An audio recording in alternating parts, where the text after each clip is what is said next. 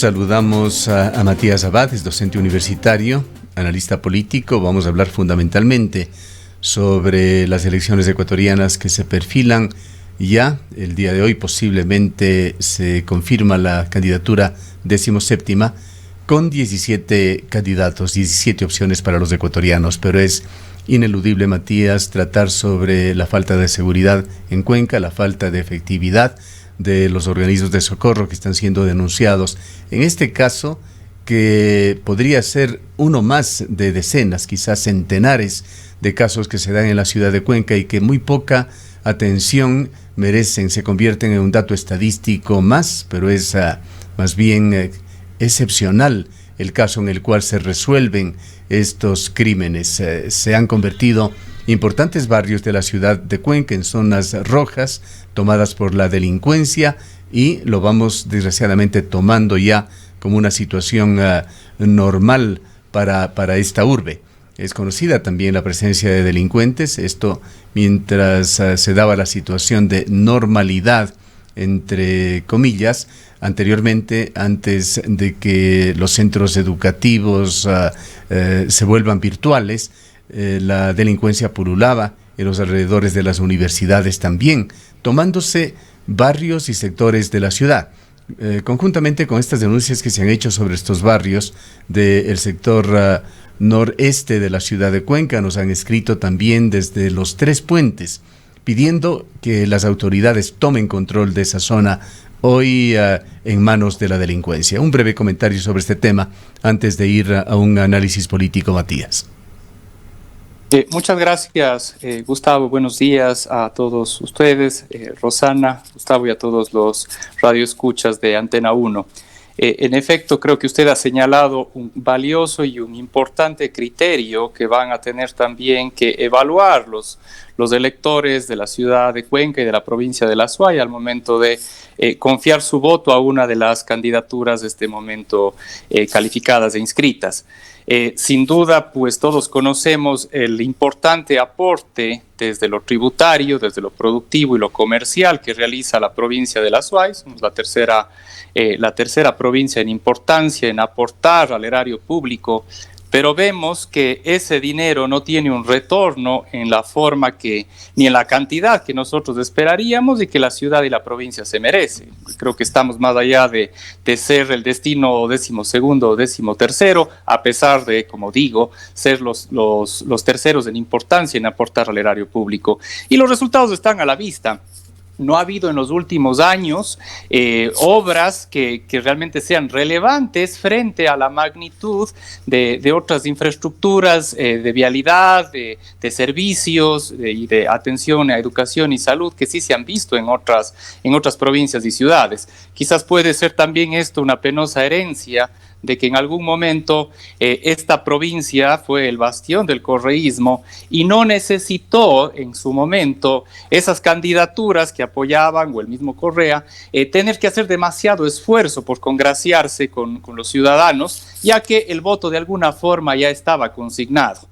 Entonces, esa herencia también debilitó que en las estructuras y presupuestos se tenga presente la importancia y relevancia que tiene la provincia de La Suay. Y lo estamos viendo en el caso puntual de la seguridad, ¿no? Vemos que en muchos casos, en vez de fortalecer los sistemas de seguridad o dar mayores efectivos tanto para la policía y demás instituciones que precautelan el bienestar de los ciudadanos, en muchos casos se derivan de aquí hacia otras provincias personal contingente y recursos para más bien apoyar otros sectores, que por supuesto dentro de un criterio de seguridad nacional está bien, pero vemos que la inseguridad en este momento en la provincia y en la ciudad está siendo inmanejable. Así es que creo que ahí va un criterio también importante para los electores de analizar dentro de las propuestas programáticas de cada uno de los candidatos cuál es la visión y el norte respecto a la seguridad, respecto al fortalecimiento de las diferentes instituciones que precautelan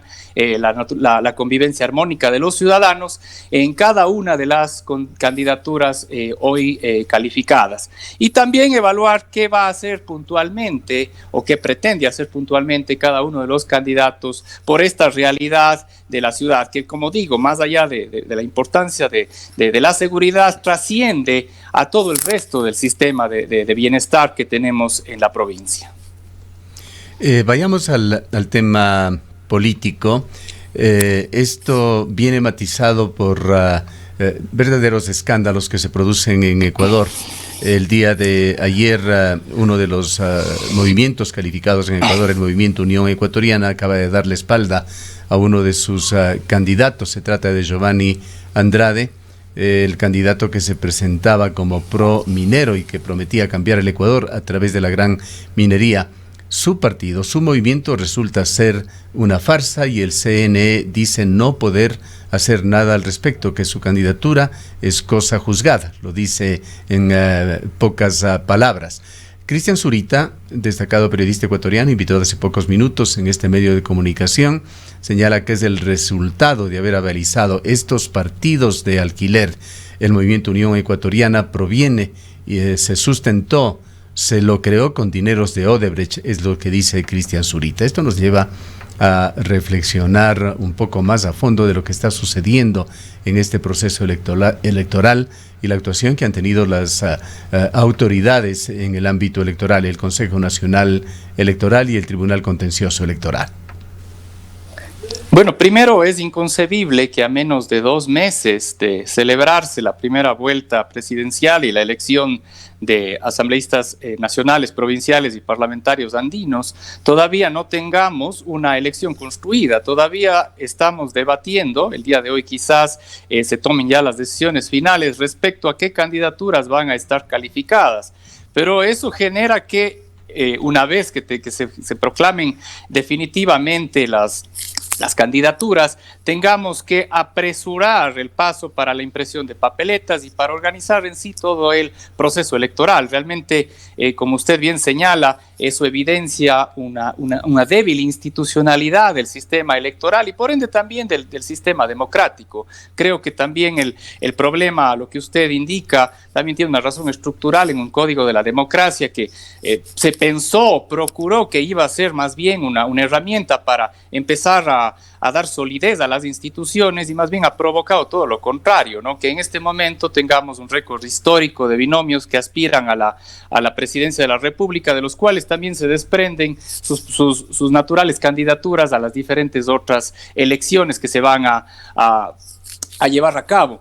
Y eso también hace que el manejo de la construcción de la democracia desde la lectura, la interpretación, el análisis de los planes de trabajo sea prácticamente imposible. O sea, querer empezar a profundizar en qué ofrece cada uno de los candidatos a la Asamblea sería una labor interminable. Yo creo que más bien el Código de la Democracia debe propender a fortalecer un verdadero sistema de partidos que tenga formación política, que tenga unas verdaderas y legítimas elecciones o procesos internos democráticos para que puedan emerger los mejores cuadros y que estos cuadros no estén sujetos a la voluntad o únicamente a la designación de los caudillos en cada uno de los partidos, ¿no? De hecho, bueno, es una realidad que tampoco es tan alejada de lo que ocurre en el resto de América Latina, ¿no? Quizás Chile es un buen ejemplo de cómo dar esos primeros pasos en donde se ve que realmente, más allá de que el presidente de turno sea de un partido, no tiene una injerencia tan directa, sino es del mismo partido que elige a sus futuros candidatos. Pero acá ha pasado todo lo contrario y vemos un grupo de candidatos, un grupo de ciudadanos que aspiran a la presidencia de la República y sabemos que ni siquiera van a alcanzar un 1% de la votación y están ahí, ¿no? Con un partido que luego, como hemos visto, puede ser alquilado, de un partido que luego puede servir para sostener elecciones seccionales o simplemente en algunos casos, también pensando un poco mal, puede ser para beneficiarse incluso de ciertas franjas publicitarias y empezar Matías, a dar visibilidad a gente, ¿no? Sí, Matías, muy buenos días. Y en la misma línea de lo que estás manifestando, esta explosión de partidos y movimientos políticos, sobre todo para este proceso electoral del año 2021, junto a toda esta desinstitucionalización que estamos viviendo, esta falta absoluta de confianza en las instituciones, entre ellas el propio Consejo Nacional Electoral, el Tribunal Contencioso Electoral, cuyas actuaciones han generado una serie serie de suspicacias que deja, como digo, desconfianza mismo en lo que va a pasar en el proceso electoral. En este contexto, ¿cuáles son las consecuencias inmediatas que estamos viviendo ya en esta campaña, pero sobre todo que va a vivir el Ecuador durante las elecciones del 7 de febrero y posteriormente en su vida política?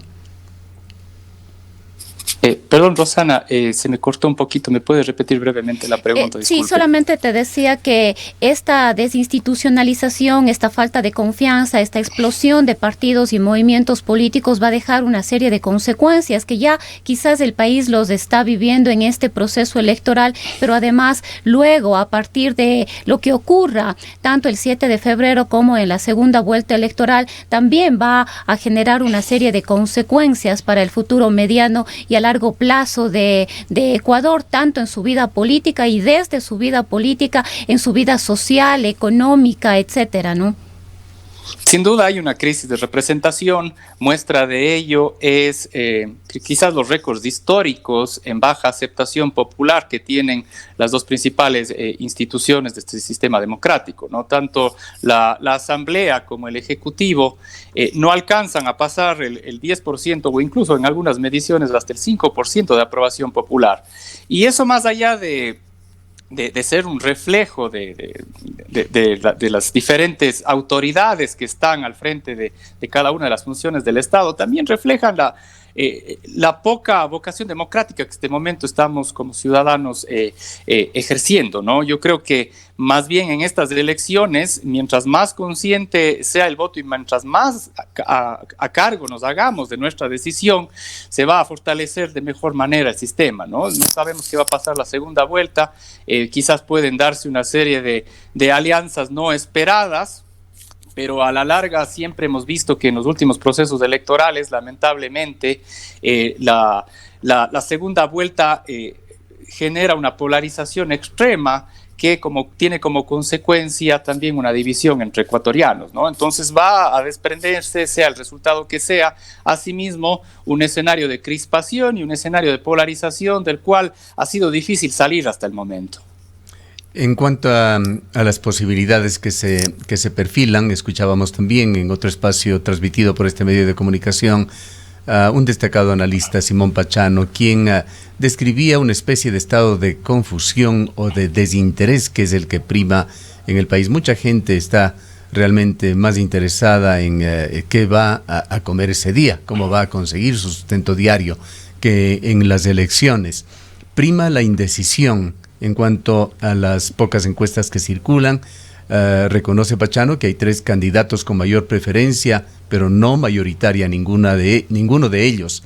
Y además sin tendencia clara en cuanto a su crecimiento o decrecimiento. Y a esto se suman cantidad de candidaturas denominadas como chimbadoras, que lo único que hacen es dispersar aún más el voto. Ese es el panorama. Bueno, todavía tenemos, según diferentes mediciones, por lo menos un 40% o alrededor de un 40% de ecuatorianos que no deciden su voto. O sea, prácticamente la elección está en cero, ¿no? Cualquiera de los candidatos, incluso algunos de los que están rezagados, más allá de los 3 que usted señala, podrían de alguna forma tener oportunidad. No lo vemos en las tendencias porque no han sido candidaturas que han crecido absolutamente nada.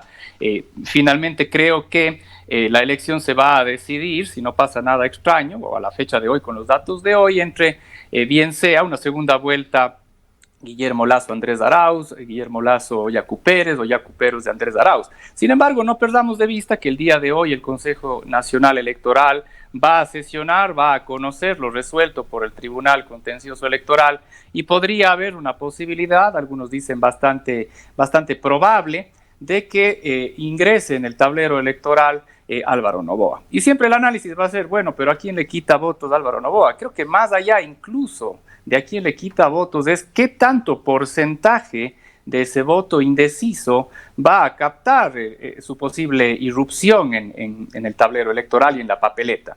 De hecho, hay simulaciones que indican que todo ese voto que está un poco cansado de estas últimas disputas, de todas esta guerra mediática entre los candidatos que en este momento han sido más visibles, estaría, digamos, de alguna forma más proclive a irse hacia esta candidatura por ver una candidatura diferente, nueva, de una persona que se muestra tal como es, con sus defectos, virtudes, errores y aciertos, pero no ha tratado tampoco de forzar su discurso como lo han hecho los otros candidatos, ¿no? Hoy vemos a un Yacu Pérez que apoyado y auspiciado por grupos de extrema izquierda como la Unidad Popular, como la CONAIE, como la Unión Nacional de Educadores, que habla de firmar un tratado o de apoyar la eventual firma del acuerdo comercial con los Estados Unidos, de beneficiarnos de una zona de libre comercio. Esto en 2005-2006, durante la presidencia de Alfredo Palacio, era inconcebible. O sea, los mismos grupos que en este momento estarían apoyándole a Yacu Pérez en esta propuesta fueron los primeros en boicotear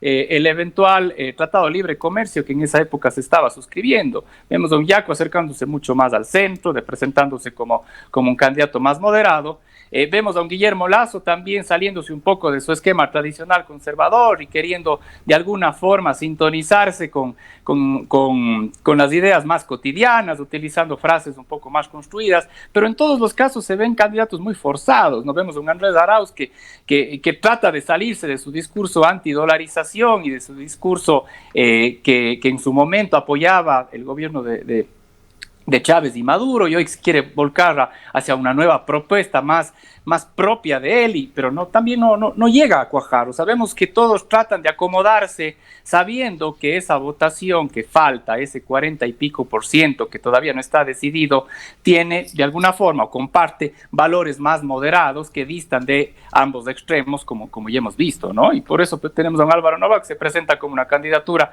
autoidentificada, dicha por él mismo como de centro izquierda, más allá de lo que nosotros podamos pensar, y de alguna forma podría llegar a sintonizarse con todo este voto que está cansado un poco de estas politiquerías y podrían verle a él en alguien sincero. O quizás no, pero lo que sí está claro es que llega a cambiar las reglas del juego, llega a irrumpir con una propuesta diferente que va a quitar votos más, votos menos. Uno puede decir que quizás eso bloquea el crecimiento de Yacu Pérez en la costa, que podrá quitar las bases más populares de Andrés Arauz, o que podría de alguna forma también quitarle a Guillermo Lasso su base clase media alta, ¿no? Todo está por verse, así es que es lamentable, y como decía al inicio, todavía tenemos una elección y una campaña que no están construidos, no sabemos siquiera quiénes son los candidatos, y ante esa incertidumbre, mucho más difícil que un ecuatoriano que, como usted bien señala, esté preocupado si es que va a poder tener una cena navideña o comprar algún regalo para sus hijos, empiece a querer preocuparse de estos pormenores tan específicos y tan difíciles de entender de las instituciones democráticas.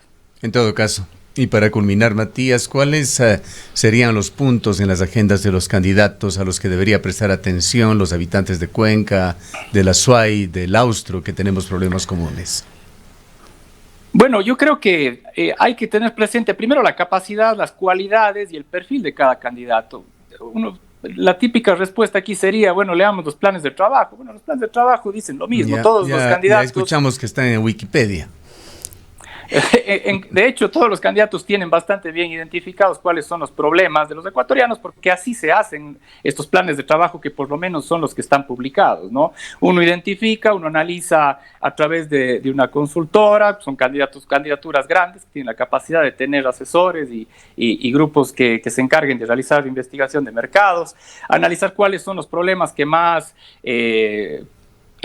conflicto generan en los ecuatorianos, cuáles son sus aspiraciones, y diseña un plan de trabajo, ¿no? El papel aguanta todo, pero hay que empezar a ir más allá, ¿no? A analizar si es que una u otra candidatura tiene la capacidad, tiene las credenciales, tiene la experiencia, quién está detrás de esas candidaturas, quiénes están, a quién van a acompañar en su plan de gobierno, cuál va a ser el organismo ejecutor, quiénes van a ser los posibles ministros, quiénes van a ser el equipo que acompañe a uno u otro candidato. Desde esa perspectiva quizás podemos empezar a obtener más elementos, ¿no? Y en nuestro caso puntual, creo que, como decía hace un momento, tenemos que velar también por nuestra provincia y por nuestra ciudad, ¿no? Tenemos que exigir, bien sea en los debates, en entrevistas, a través de los medios de comunicación como el suyo, como bien lo hacen, por supuesto, exigir respuestas a los problemas provinciales y cantonales. A veces se toman decisiones pensando desde lo nacional, y en muchos casos desde lo nacional nos afecta a nosotros, nos afecta en minería, nos afecta en impuestos, nos afecta en obras, en infraestructura, en todas las directrices que se van a dar programáticamente para fortalecer los sistemas de educación y salud en la provincia. O sea, hay que exigir también tener respuestas provinciales y locales dentro de los planes de trabajo nacionales que va a presentar cada uno de los candidatos. Muchas gracias por habernos acompañado. Matías Abad es profesor de la UDA y ha realizado un análisis político. En el Ecaustro, desde hace 20 años, trabajamos día a día para generar la energía que tú necesitas. Hoy, renovamos nuestro compromiso de servir a la región y al país, generando desarrollo con conciencia y conservación ambiental y siempre mirando al futuro. El Ecaustro es